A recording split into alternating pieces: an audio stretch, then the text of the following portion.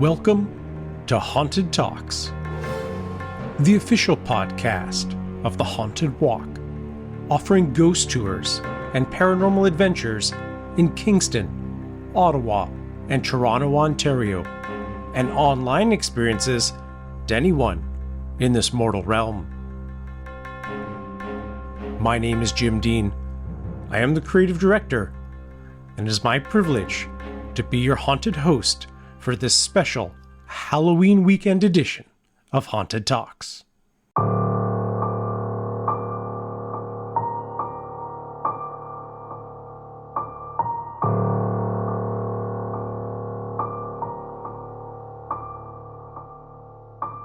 A phantom white horse with a black spot suddenly appearing in the yard and then vanishing into thin air. A man buried without his shoes, manifesting as a ghostly image later that night, knocking on doors, searching for his long-lost footwear.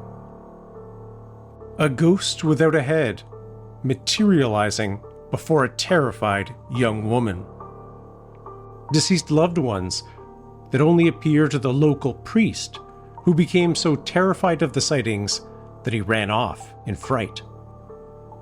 An entity with a long tail that appeared in the woods, walking towards terrified onlookers with fire pouring from its face. All of that is just the beginning. A few of the numerous accounts of paranormal entities documented by Dr. Jan L. Perkowski, one of the most famous vampire researchers of the 20th century, in one single town, Wilno, Ontario. But the famous researcher's exploits carried him far beyond Ontario. He collected stories from all over the world, digging into centuries-old vampire lore in Eastern Europe. He translated texts that were already quite known in their native countries to English, spreading famous tales that many of us know today. He was known for documenting first-hand accounts, directly from the source, unfiltered stories of strange happenings and passed down tales of horror. At a time when vampires were being revived as a Hollywood horror staple, Dr. Perkowski was going back to the source, the towns and villages where this lore was said to originate.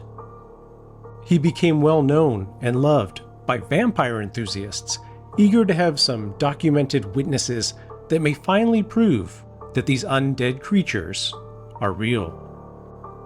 Although Dr. Perkowski moved on to larger stages later in his life, his most lasting impression was probably in that small town in eastern Ontario of Wilno, where he gathered some of his first stories.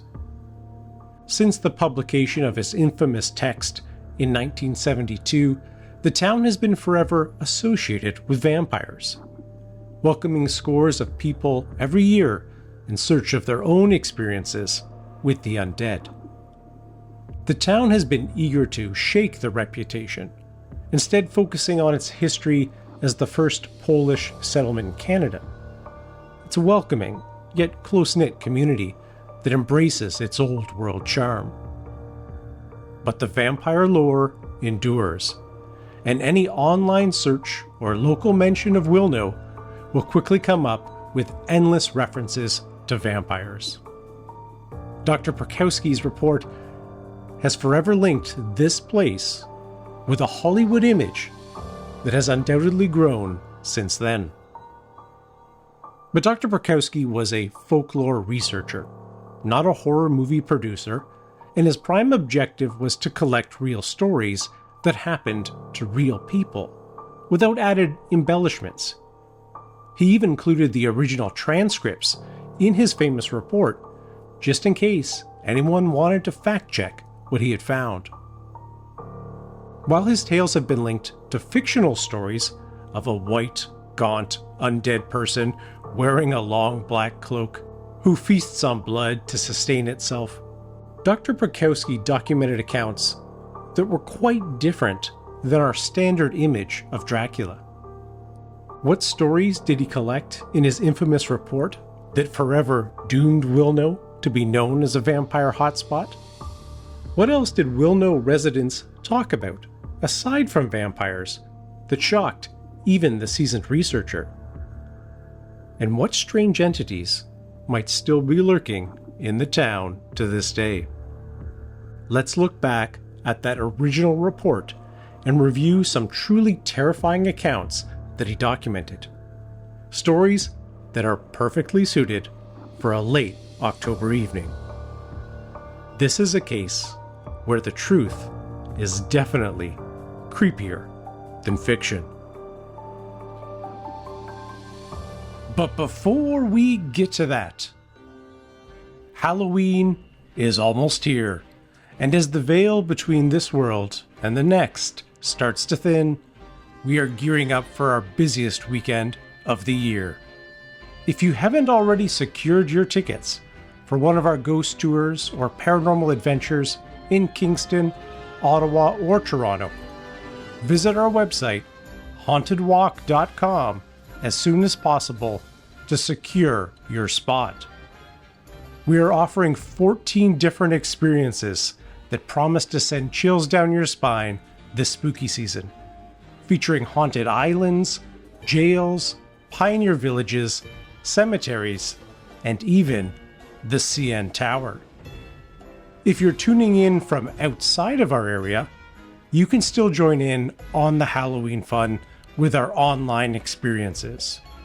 Our recordings of our virtual haunted campfires feature some of the world's best storytellers and eerie locations, including Salem, Dublin, London, and St. John's. For those of you looking for a more hands-on experience, our Haunting at Home is a guided audio journey that I host. It challenges you to conduct a series of paranormal experiments in your own home to determine if it might be haunted. So far, almost 70% of participants have reported some kind of activity. I sincerely hope that some of you will give it a try this Halloween, just to see what might happen. Information on our ghost tours, paranormal adventures, virtual haunted campfires, and the Haunting at Home can be found on our website, hauntedwalk.com. If you want to put a little treat in our trick-or-treat bag, please be sure to rate, review, and follow the show wherever you listen. You can also find us on Facebook, Instagram, and TikTok, all at Haunted Walk.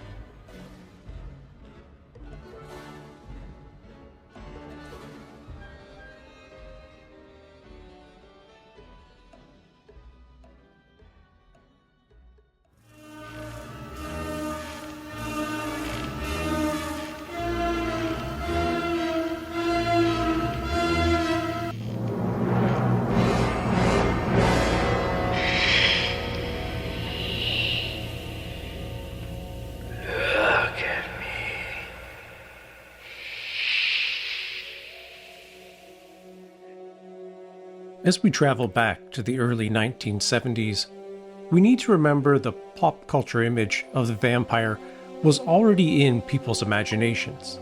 There were popular books about vampires, the classic Dracula film had been out for decades, and kids were surely dressing up as these creatures for Halloween. But the folklore around vampires and their roots in Eastern Europe were less known. This was the Cold War, after all, and that part of the world was a mystery for many people in North America. So when Dr. Perkowski wrote about vampires and other paranormal entities in an Ontario settlement with origins in Poland, people were curious. This was new information for many readers, and it caused quite the stir. So much, in fact, it was even mentioned on the floor of the House of Commons, and the report, which was partially paid for by government funds, was widely condemned. How was it that Canadian tax dollars were used for a report about vampires? This ethnographic study was entitled Vampires, Dwarves, and Witches Among the Ontario Kashubs, originally produced for the Museum of History, and its content is exactly what you would expect.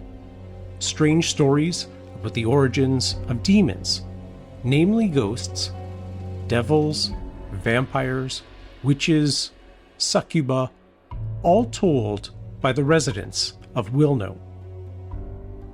Dr. Perkowski weaves in folklore from Poland and Eastern Europe to help center some of these tales, but he largely leaves the telling up to the residents themselves, meticulously recording a collection of eyewitness testimony and summarizing the accounts using objective documentation.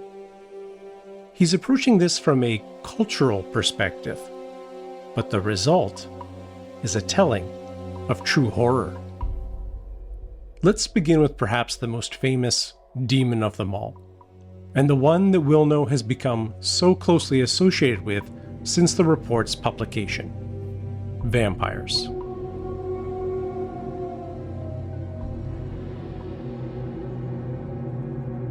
It was apparently the most well-reported and known demon in Wilno, with clear origins back to Eastern Europe, according to the residents. These demons were alive once, until the time of their death and transformation to a vampire when they began sucking the blood of their relatives, until their bloodline runs dry. In some stories, life-giving forces are removed in other ways, but blood drawing seems to be the most common. One resident recounted an incident experienced by his daughter. When we were there on that farm, something came to my daughter. Something came in the night and drew blood from her arm. It was a vampire. It came to my daughter at night and took marrow. There was a sign. She was weak and had all of her blood drawn out. Have you ever heard of such a thing? She didn't tell anyone anything. We didn't do anything. The girl recovered, according to her parent, but probably after she was given the only known remedy for a vampire attack: a sip of the vampire's own blood. Contrary to popular belief, it seems that drinking the vampire's blood is a cure, not a curse.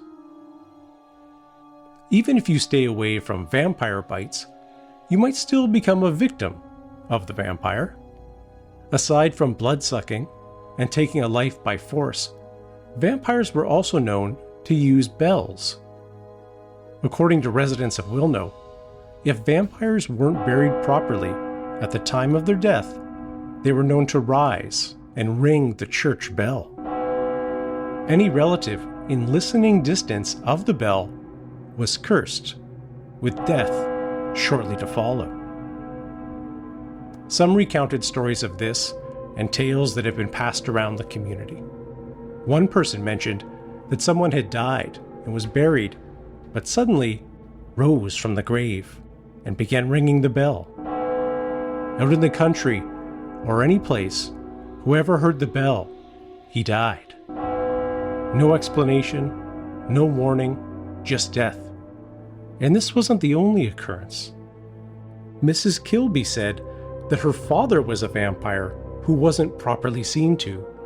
14 people, including her son, died in 1 year.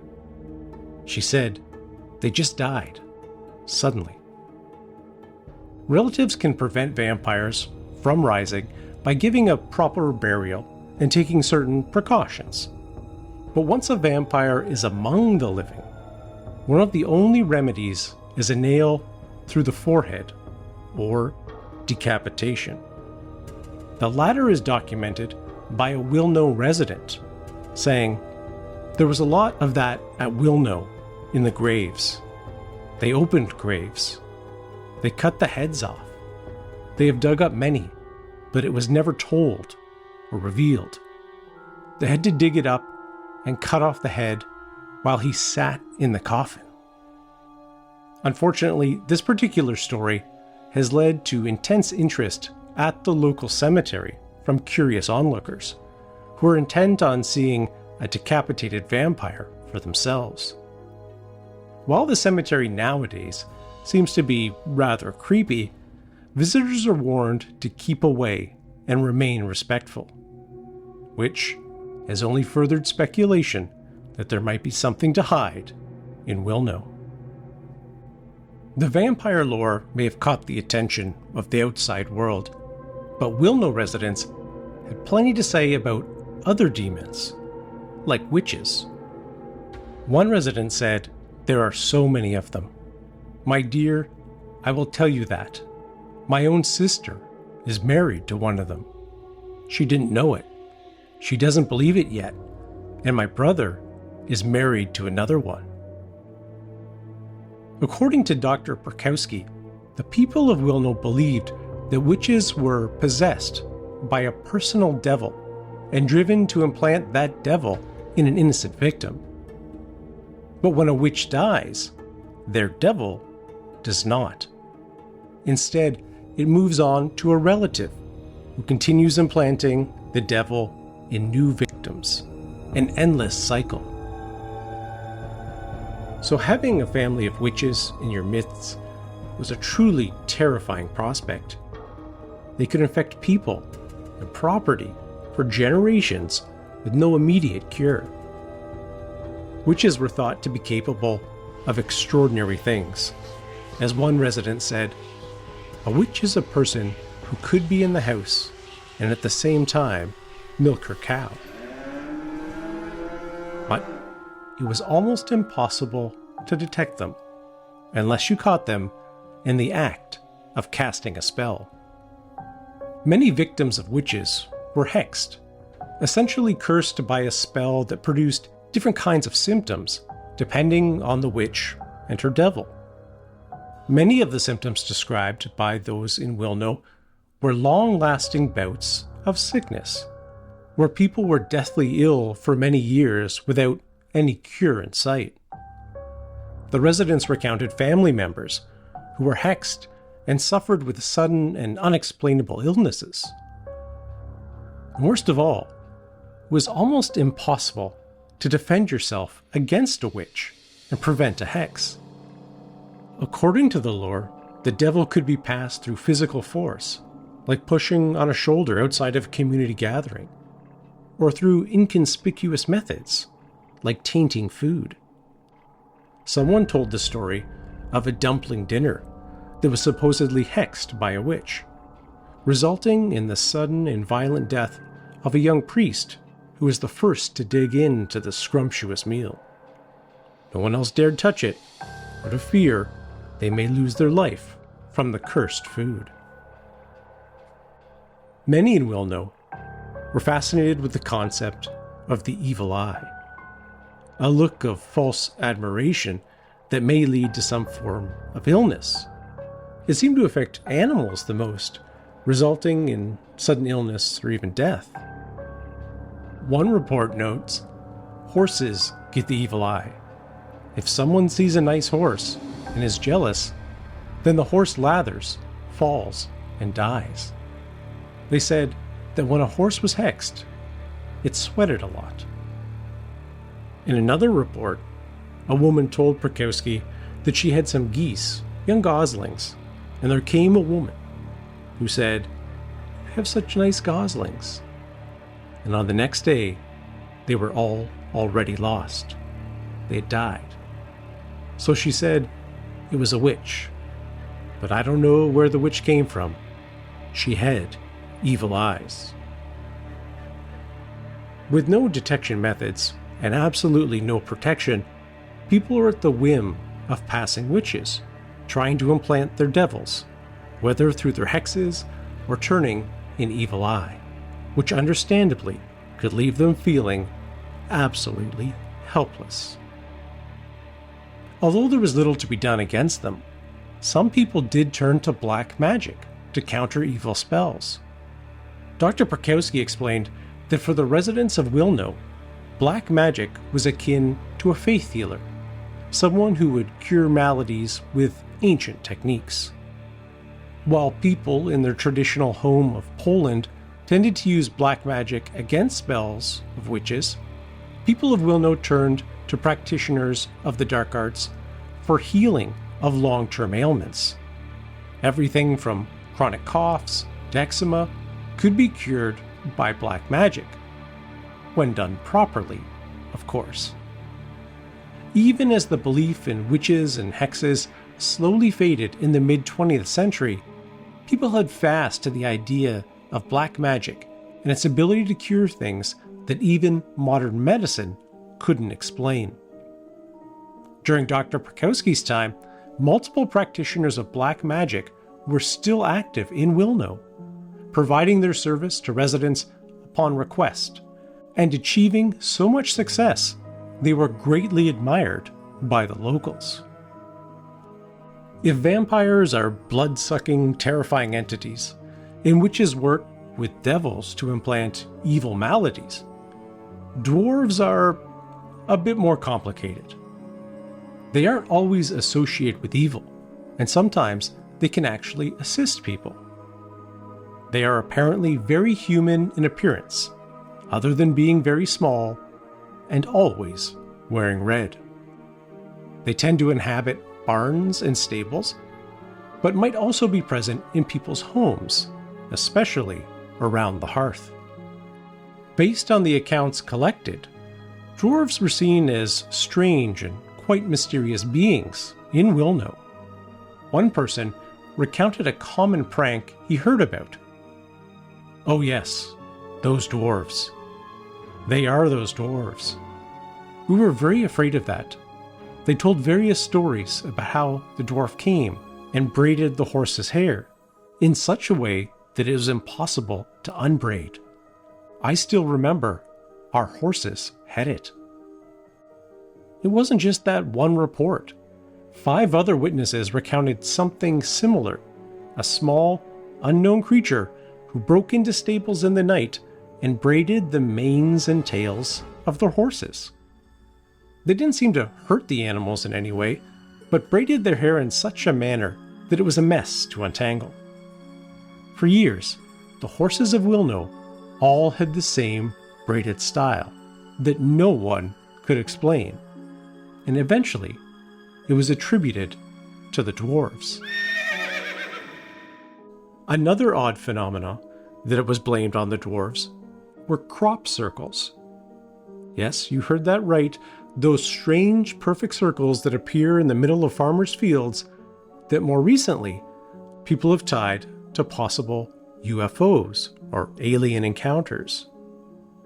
A Mr. Stewart of Eganville, very close to the town of Wilno, described coming upon a scene in the middle of his field where a perfect circle about 20 to 30 feet across was formed with a scorched appearance at the edges. It appeared very suddenly over the course of a single day or two. 2 other circles were reported nearby around that same time. For people in Wilno, the cause of the circles seemed quite clear. It was the dwarves. The creatures, apparently, loved to get together and dance in the circles during special occasions. Similar rings, although smaller, had been spotted around the town before, and people attribute them to the dwarves throwing a celebration. Crop circles formed by dwarf circle dances. Dr. Perkowski collected more stories of dwarves than any other of the paranormal entities he studied. Since dwarves were known for mischief, they seemed linked to any unexplainable little thing, from missing or spilled cow's milk, to random coins found strewn about, to babies being visited by unknown entities. Dwarves were everywhere, although not seeming to cause too much harm. Even Dr. Perkowski noted that the activity of dwarves was still being documented, but the mischief was slowly fading into the realm of children's stories and losing its sinister glimmer.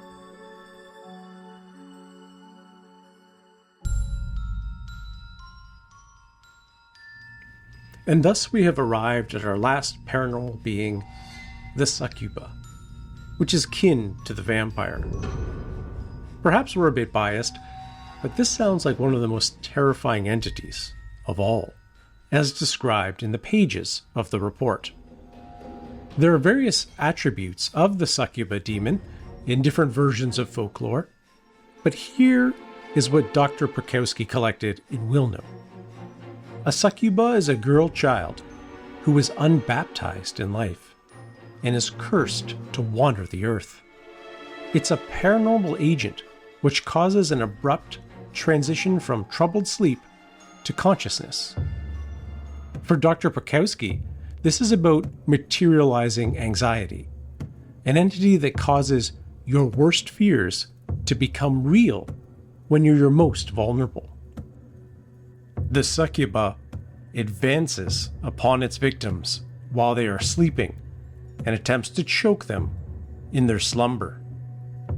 The good news for the victims, everyone seems to wake up just before they succumb, but they have to fight her off in a life and death struggle before she turns into a material object, usually an apple or a ball of yarn.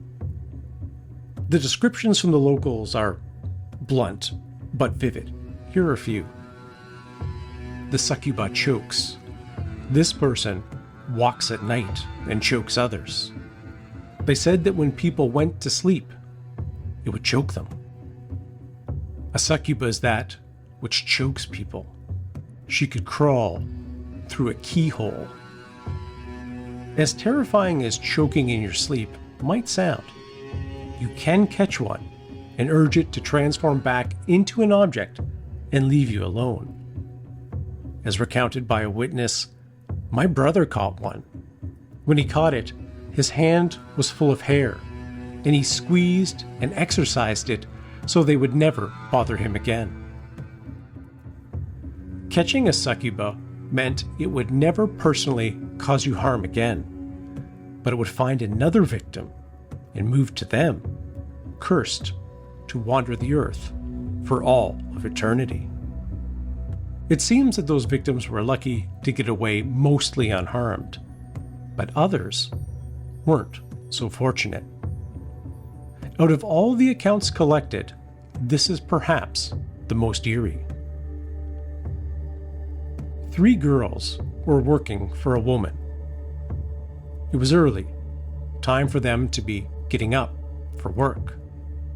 The girls had not gotten up yet, so the woman went to awaken them, but found they were no longer sleeping. They were talking to one another. One was all wet. One was covered with ashes, and one was covered with thorns. They said that one choked water, one choked fire, and a third choked thorns. 3 girls, all attacked in different ways, describing the same thing. You can defend yourself against a succuba by filling your bedroom keyhole with something to block easy passage, or placing your shoes at a certain angle away from your bed, and by swearing at the entity if it happened to come near you. But once a succuba is upon you, the only thing you can do is fight, and hope that you ward off the choking in time. Like witches, succuba can never be defeated. They're cursed to be wandering forever, always looking for a fresh victim, and choosing indiscriminately among a defenseless public while they sleep. Dr. Perkowski's report followed the ethnographic rigor that his profession demanded, but he was still ridiculed by his colleagues. His collection of folklore was shunned by other researchers, but horror fans were obviously intrigued. For those following spooky occurrences, this was a breakthrough, a collection of stories from real people that seemed to point towards their truth, mentioning a specific place that people could see on a map and more importantly, could travel to during the Cold War. Dr. Perkowski was non-committal, though. He didn't state whether he believed the stories and their origins. He was simply the recorder of the tales, documenting them for public good and ensuring the history of the community was recorded. He closed his report with, "Thus the Canadian Kashups erected this Gothic cathedral of their own minds as a bastion against fear of the unknown. Each demon, drawn in bold lines of man's own image, embodies one of his eternal concerns. The total structure is a viable teleology, which aids him in understanding and contending with the whims of his environment." That conclusion seems to implore all of us to think about this a little bit deeper. Are there vampires who stalk the night looking for fresh blood? Are witches roaming the world seeking to hex and implant devils in their victims? Are dwarves causing mischief and partying behind the scenes? Are succuba choking people in the sleep? Are there ghosts among us? This collection of stories serves as a vivid record of the strange things that people have seen and cannot explain, how folklore is often used to fill in the gaps of human understanding.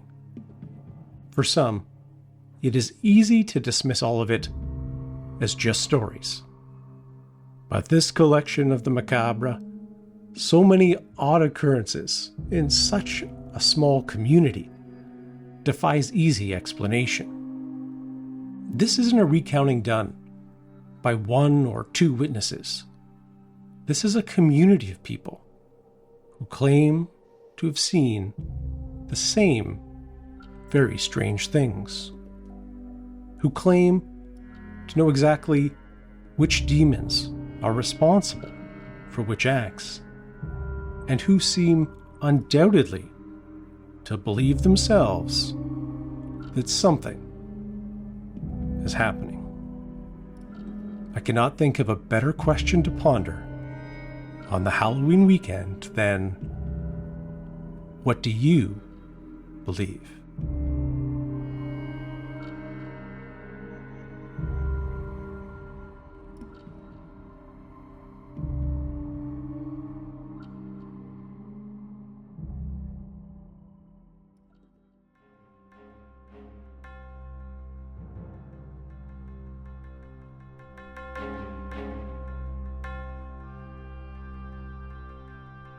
Thank you so much for joining us for this episode.